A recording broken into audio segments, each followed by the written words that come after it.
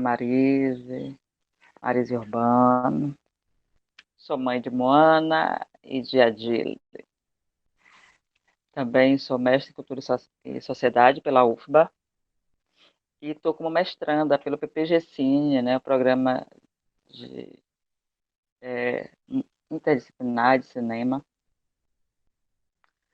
na UF, na Universidade Federal de Sergipe.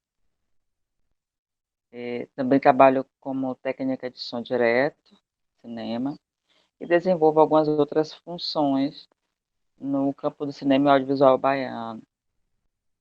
Trabalho como produtora, trabalho como roteirista, pesquisadora. Enfim, a gente vai se descobrindo, se desenrolando e se desenvolvendo. Com licença. Eu vou falar um pouquinho aqui para vocês enquanto a minha atuação como técnica de som direto, mais específico assim dentro de um campo que é o campo do cinema e do audiovisual de baixo orçamento, ou nenhum orçamento, ou aquele orçamento que a gente tira ali do bolso e produz. Esta é a minha realidade, a realidade do campo que eu atuo. Então eu foquei no cinema desde 2014, mais propriamente no som em 2015, mas desde 2015 para cá eu já tive duas gestações, com as quais eu continuei trabalhando, né? Então, mesmo gestante, eu continuei trabalhando, mas ainda assim era muito pouco a minha atuação. Então, entre uma gestação e outra foi aí que eu desenvolvi, e mais precisamente no ano de 2019 para o contexto atual. Então, quando eu decidi ingressar fazer o BI, Bacharelado Interdisciplinar em Cinema, em concentração Cinema e Audiovisual, eu fui motivada por uma fala de um tio que ele é cinegrafista no Rio, e ele disse que em um dado momento ele estava sentindo que o campo do cinema ia popularizar, vou utilizar esse termo, no sentido de chegar para mim, ele queria dizer. E aí eu vi aquilo, uma possibilidade de fazer uma coisa que eu gosto. Eu sempre gostei de filmes. Eu acho que é difícil a gente produzir ou pensar em filme para quem não gosta, né? De estar ali como telespectador, estar ocupando essa posição. Então eu decidi encaminhar-me, né? A minha carreira, mesmo sendo formada também em pedagogia, já e voltar a estudar e pegar em cinema, focar em cinema. Foi o que eu fiz. Em cinema, eu fui conhecendo alguns campos, né, de trabalho, que aí eu posso pensar a direção, tem um roteiro, que também me agrada muito, tem a fotografia, tem o som, tem edição, montagem, tem a arte, e aí a gente já pode pensar em inúmeras funções e desmembrar aí este grande coletivo. Eu, de cara, decidi que eu queria fazer algo mais técnico, né? Que saísse um pouco da abstração. Eu venho do campo da educação também, eu já escrevo alguns espetáculos, para teatro, também trabalhei com teatro durante um tempo. E aí eu falei, não, eu quero focar uma coisa mais técnica, entender um pouco mais dessa dinâmica de física, de como o som se propaga. Então eu fui envolvida por essa curiosidade. Também entendi de cara que é uma área majoritariamente masculina, então o desafio é um pouco maior, né? E os enfrentamentos também. Muito da minha turma, né, da turma que eu ingressei na universidade, na área de cinema, enveredou por outros caminhos. Apenas eu e uma amiga ficamos com o som, né, focadas no som, sendo que ela focou no som um pouco depois de ter experimentado outras áreas. De cara, eu já não queria fotografia, a fotografia é muito cobiçada. Eu queria um outro lugar. O que faz parte também, eu acho, da minha característica de ver, entender e de perceber o mundo, né? Eu acho que a gente não pode pensar que estamos isolados ou que nossas escolhas são meramente escolhas isoladas. A gente é todo um conjunto, e todo esse conjunto de complexidade dita ali as nossas escolhas. Por que eu também digo isso? Porque eu acho que um enfrentamento, né, um desafio pensar o som no cinema, eh, não tendo recurso, não sendo musicista, não sendo não, não atuando na área da música. Porque um outro dado que eu fui perceber é que muitos dos técnicos de som, eles migram da área da música, ou então eles fazem aí essa correlação. E no meu caso não. Era algo mais empírico, mais do sensorial, enfim. Então eu decidi focar, peguei uma disciplina ou duas na universidade, aí eu fui buscar cursos, oficinas dentro do contexto, infelizmente não tinha em Salvador. E aí eu cheguei a viajar para Aracaju para fazer uma oficina. Foi aí que eu conheci o público de Aracaju, que trabalha com cinema, e até hoje nós temos uma relação de parceria. E ao mesmo tempo que eu ia conhecendo um pouquinho do som e das esferas e me aprofundando, eu ia me assustando. E chegou um dado momento que eu pensei em desistir. Mas logo esse pensamento de desistência ele foi quebrado e eu voltei a pensar, e dar atenção maior à escuta. E aí também que eu já estava concluindo o mestrado. Meu primeiro mestrado eu faço análise da construção de personagens femininas nos filmes do Cláudio Assis, que é um cineasta pernambucano. E nesse segundo mestrado eu decidi estudar um pouco mais o som. Então eu senti a necessidade de ligar a pesquisa, a prática e a teoria e entender um pouco mais. Enfim, eu sinto muito prazer em trabalhar com som. E eu venho percebendo que a minha experiência com som, ela vai para o campo mesmo da prática. Meu conhecimento, né, com som vai para a prática. E com as parcerias e as confianças. Logo de cara eu comprei um Tascam, um DR100. Esse Tascam DR100, junto com ele eu comprei um shotgun da Yoga, um cano longo, e, e fiz uns cabos. E decidi que eu queria gravar. Então eu fiquei testando. Ele é muito sensível, esse Tascam. Qualquer contato com ele durante a gravação cria um ruído. E aí eu entendi isso. Nesse mesmo momento eu comecei a mexer no Audition, né, para entender também como aparecia ali os espectros e as frequências e tentando entender. Eu cheguei a ouvir os tutoriais, buscar uma coisa, buscar outra, mas sempre em passos muito pequenos, né? Enfim, como uma criança que está engatinhando.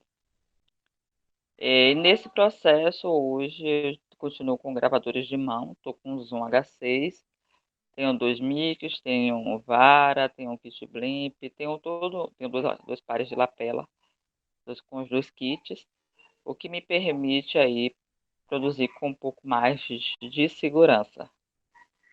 Entender também o que seriam os microfones. Bom, é, o que é necessário, o que eu sinto necessidade em dado contexto, eu vou para a internet pesquisar. Se eu penso assim, eu quero entender quando é que um microfone ele é omnidirecional e o porquê. Aí eu vou pesquisar. Se ele é cardioide, se ele não é cardioide, se ele é unidirecional, ou o que ele seja, eu vou tentar investigar aí mesmo. E aproveito o, os tutoriais disponíveis, né, para aprender um pouco mais. Então, essa tem sido a minha jornada pelo som.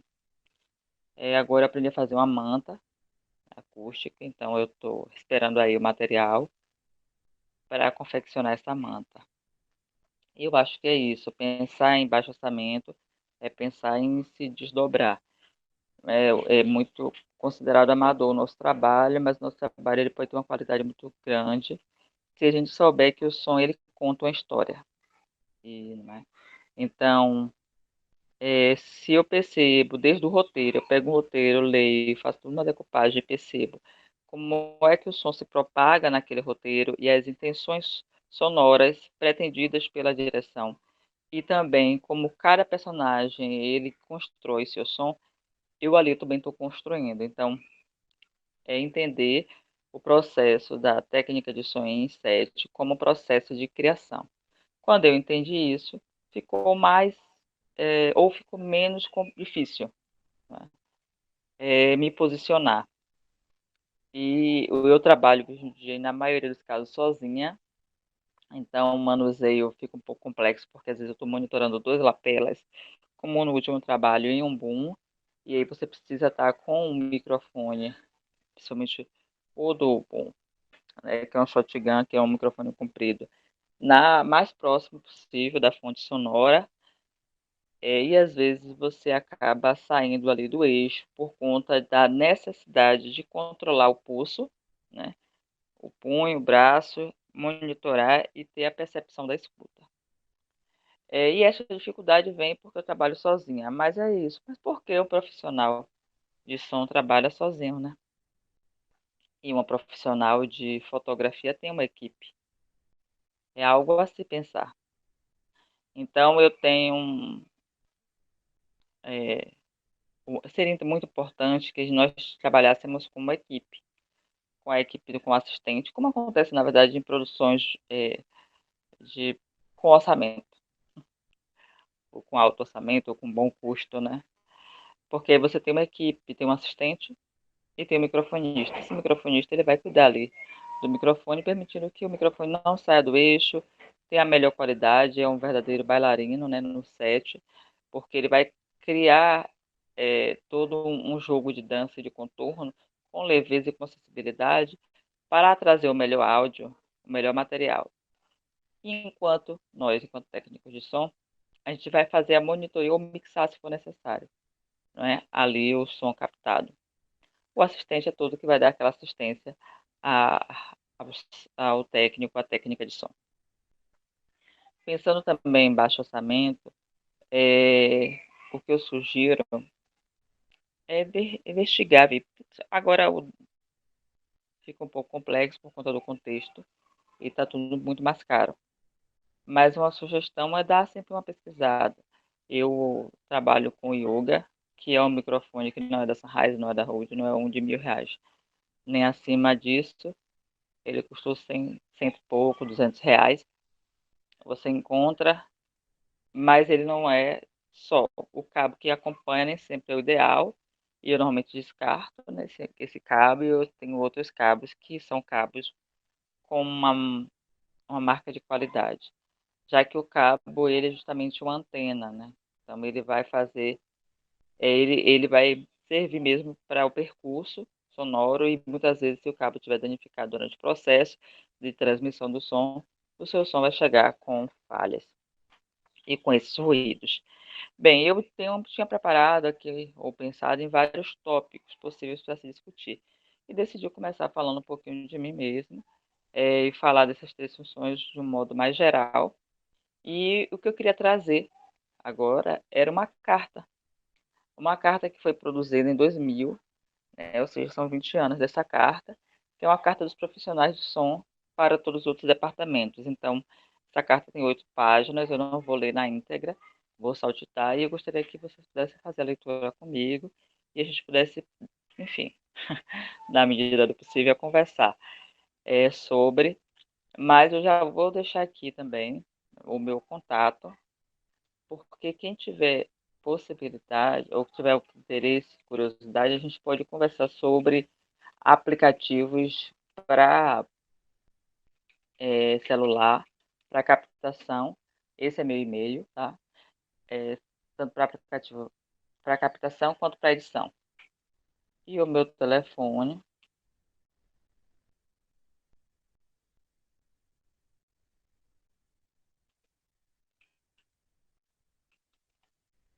com WhatsApp, é esse, tá? Que está aí no chat. Quem tiver interesse e curiosidade, a gente pode conversar um pouco sobre os aplicativos para captação, sobre o aplicativo para edição de som, sobre como utilizar um fone desse como lapela para fazer assim aquele documentário que eu quero fazer e eu estou sem recurso, ou eu não tenho acesso agora à câmera, mas eu posso utilizar o meu aparelho de celular com a melhor qualidade e o meu fone, né, como microfone, como eu estou fazendo aqui agora. E eu posso utilizá-lo ali, implantando como lapela, né, escondidinho e que capta aquele som. Mas se eu quiser eu também colocar um som, pegar um contexto maior, que efeito eu vou utilizar, ou que microfone utilizar. Então a gente pode conversar sobre isso, tá? Também posso conversar um pouquinho mais sobre esse processo da decupagem do som, do roteiro, como se avaliar, e como sugerir, como pensar, como planejar o som. Não existe uma receita pronta, tudo é um processo mesmo de desafios, é, que não são poucos, tá? Em cada encontro eu percebo o que pode ter sido melhorado, o que não, enfim. Também tem alguns livros que eu posso sugerir, de antemão eu sugiro logo. Esse aqui é um livro, O Cinema, uma Arte Sonora, da Virginia Flores. Tá? Esse é um livro muito bom para quem quer ser técnico de som. O meu está em espanhol, é do Carlos Abate. Como fazer um som de um cinema. Carlos Abate, ele vai de uma forma bem didática, explicar um pouquinho sobre som, sobre microfone. Super recomendo a utilização desse livro. Eu tenho aqui também de Luiz Adelmo, o som imagem no cinema.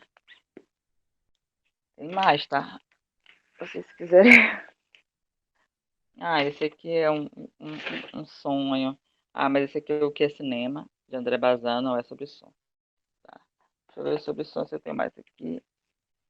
Aí tem o do Guilherme Maia, que é o Elementos para uma Poética, Música nos Filmes, que é o do professor Guilherme Maia, professor da UFBA, foi meu professor também. E ele vai estar com vocês, eu acredito, aí na aula, aqui no Labicine. Tem também Poderes do Som, depois eu posso mostrar para vocês. Então, eu acho que também fazer essa leitura ela é importante.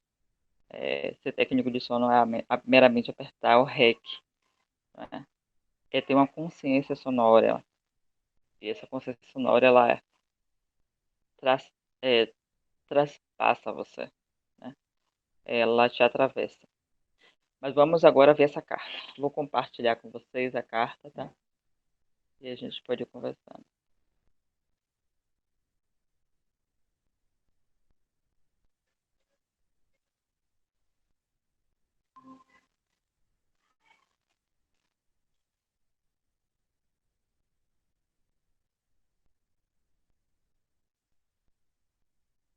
Pronto, essa é a carta aberta, tá? A carta aberta e ela foi escrita por alguns profissionais da área do som e traduzida aqui para português por Antônio Carlos Muricy. Ela foi escrita em 2000 com o objetivo de tentar dar um alerta ali e historicizar também, numa medida do possível, a importância do som, ou demonstrar isso. Tá? Ela foi escrita por profissionais do áudio para ajudar os diretores e produtores a entender como pode ser gravado um bom som direto no set de filmagem. Aqui a carta não pretende discutir as técnicas de mixagem, porque é uma abracadabra do técnico, né, de quem exerce essa função. O que quer mesmo é convidar aí para uma reflexão. E essa reflexão é importante porque é um diálogo com outros departamentos. O som, ele não é visto, né? É uma arte que ele não está para o ver, ele está para sentir, está para ouvir. E isso também vai ser dito nesta carta. Por quê? Porque a arte, ela vai preparar um cenário para ser visto, para ser contemplado. A atuação também e a fotografia também vai trabalhar para a imagem. E o som? Quem é que prepara o som? O som, ele já tem por si só uma vida. O que a gente faz é capturar esta vida, né? E muito do que a gente pode fazer é em acordo ali, talvez com o preparador de elenco, para tentar trabalhar a voz, né? Essa questão da voz tem dados importantes, né, na história, em que quando houve ali a sincronização do, do áudio com a imagem, houve também uma resistência, né, a assumir esse som, esse cinema sonoro. Vou dizer assim, entre muitas aspas, tá? Mas por que essa resistência? Porque se acreditava que... Porque muitas vezes o ator tinha uma voz péssima, ou a atriz. E de repente, então não estava no mudo, estava funcionando porque era um rosto bonito. Quando passa a falar, né, aí tem uma voz estridente que não funciona, então muitos acabaram perdendo seus empregos. Ou então tiveram que colocar alguém para dublar ali quando era uma estrela, enfim, tem várias histórias. Então esse é um dado de parte dessa história. E uma outra coisa é que foi produzido também ali um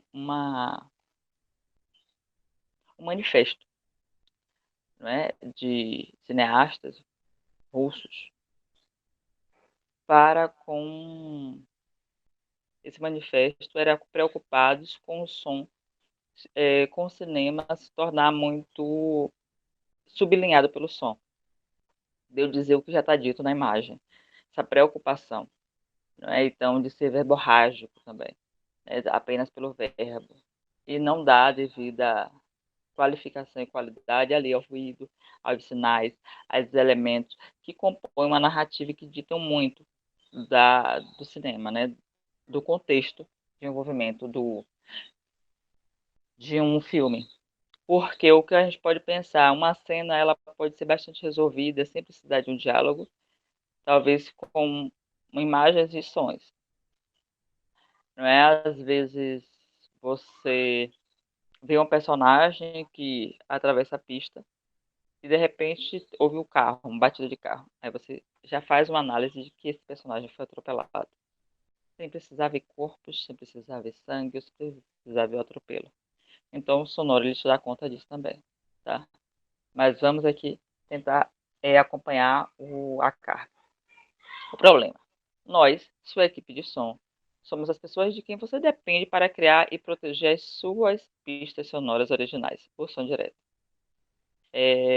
Tem uma técnica de som maravilhosa, por sinal talentosíssima, que ela diz que todo diretor tem o som que merece. Tem diretor que está aberto a ouvir, tem outros que não. Então, essa parte que faz muito sentido. Diferentemente do trabalho da maioria, que estão trabalhando para criar algo para a imagem, nós, técnicos de som, nosso trabalho não pode ser visto no set. Praticamente ninguém ouve o som que o microfone está captando, né? Muitos poucos sabem de fato até mesmo o que é que nós fazemos.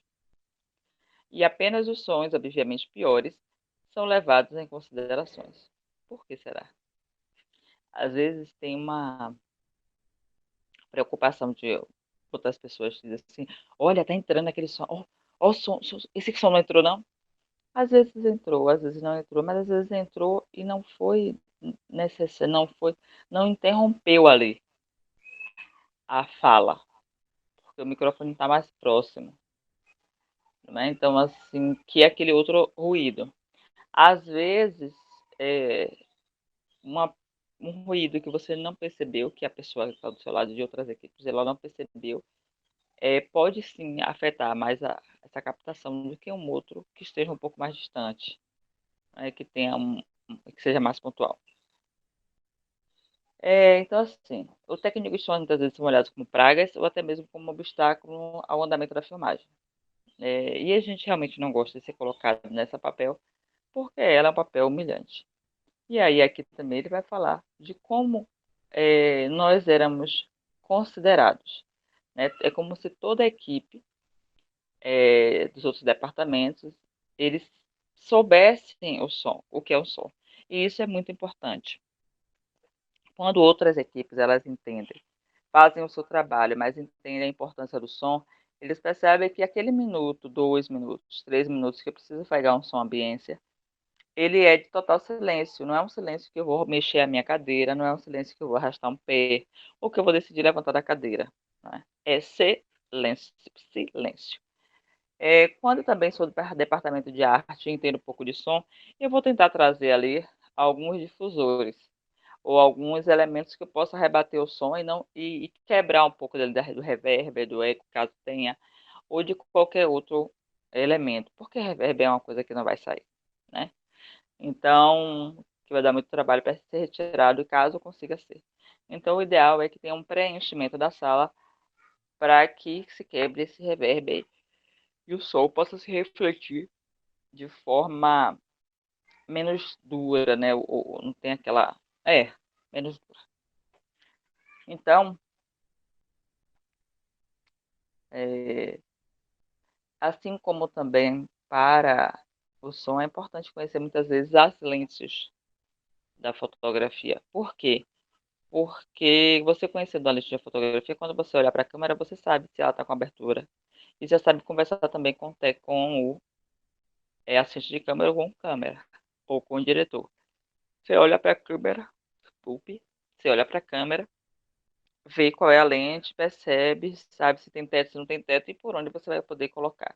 Você pergunta e sabe também qual ali vai ser a movimentação do ator ou da atriz para entender como é que você vai se movimentar em cena, né? Vai também observar quando está sendo colocada a lente, ou a lente não, o jogo de luz, para que você não possa criar sombra.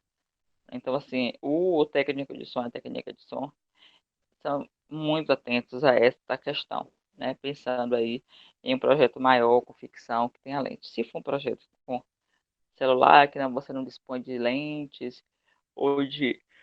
Desculpe. Se for um projeto menor, que você não dispõe aí de conjunto de lentes e tal, você pode muito bem ter esse controle com um ambiente aberto, né? Bem enquadrado. Enfim, também é importante dar uma verificada se não vai ter uma sombra ou outra. Mas cuidar ali dos outros ruídos, né, possíveis que possam interferir e não contextualizar. Porque às vezes você vai fazer uma produção em um ambiente que tenha galinhas. É interessante o som da galinha entrar. Lógico que ele não vai poder cortar ou substituir a fala, caso a fala seja muito importante. Mas é também de um todo importante mostrar esse contexto, né, sonoro, porque ele ali dá um outro preenchimento e cria uma outra atmosfera para quem assiste. Para quem assiste, né? Então, é importante pensar nas locações, sim. É importante repensar na questão de arte para saber quais são os difusores, os assistentes também. Os assistentes precisam apoiar, né, o trabalho, eles precisam entender o que, é que você está fazendo e precisam também defender o som. Os produtores de uma forma parecida e o departamento de câmera precisa atuar mais próximo também ao som. Ah, desculpa. Ah, é.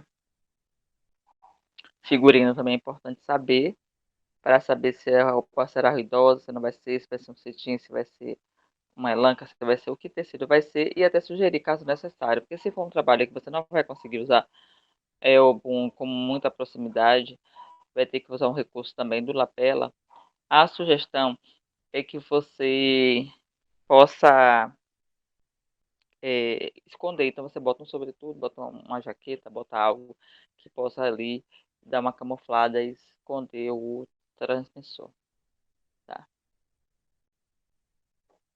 Eu vou postar esse link no, no chat também. Mas aí vocês podem botar a carta aberta para o departamento, outros departamentos, tá?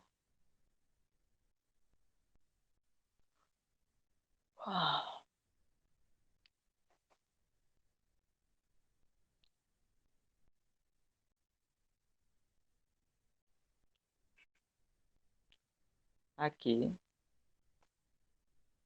deixa eu tentar colocar aqui.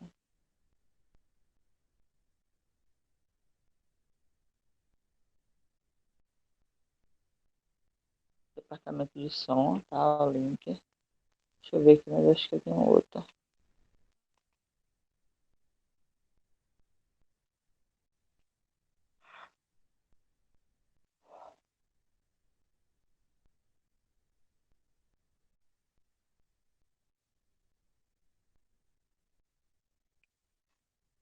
Que mais? Eu acho que é isso, a priori. É, eu acho que pensar cinema é pensar coletividade, coletivo, e é importante que, por mais que eu não atue em outras áreas, eu entenda a importância dela para um filme e entenda também, de modo geral, o funcionamento. Isso contribui para um bom diálogo e para um resultado positivo, né? Que eu acho que é o grande objetivo de todo mundo da equipe. Então, que os diretores também estejam abertos a ouvir e ouvir a técnica de som e que o técnico de som também esteja ali aberto a ouvir e a entender. Então, e outras artes também, outras categorias e outras áreas, outros departamentos. Desejo a você ah, um ótimo dia e muita luz. Tchau. Até a próxima.